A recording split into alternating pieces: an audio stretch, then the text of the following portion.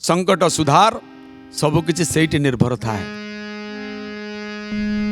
तीनिटा अक्षर कौन कौन अंग अच्छी शरीर रे?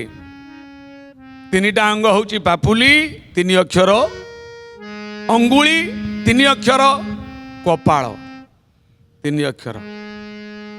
जानी आपण मैंने समस्ते खाली मन पकई दौर कपाल तीन अक्षर कर कपाल कोष्ठी आम हाथ में आम कोष्ठी आपण मान हाथ में आपणकर कपाल आपण मान हाथ में आपणकर कर्म आपण मानकर भाग्य।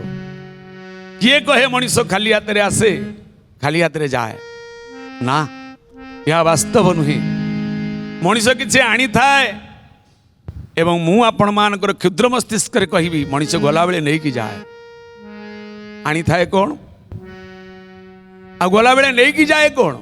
भाग्य नहीं आसी थाए कर्म नहीं जाए। भाग्य नहीं आसी थाए कर्म नहीं जाए। भाग्य भाग्य को आनी आसी थाए, प्रारब्ध भाग्य को आनी थाए। आउ से कर्म रूपांतरित ही भाग्य को केंद्रीभूत करे, भाग्य को परिपक्व करे।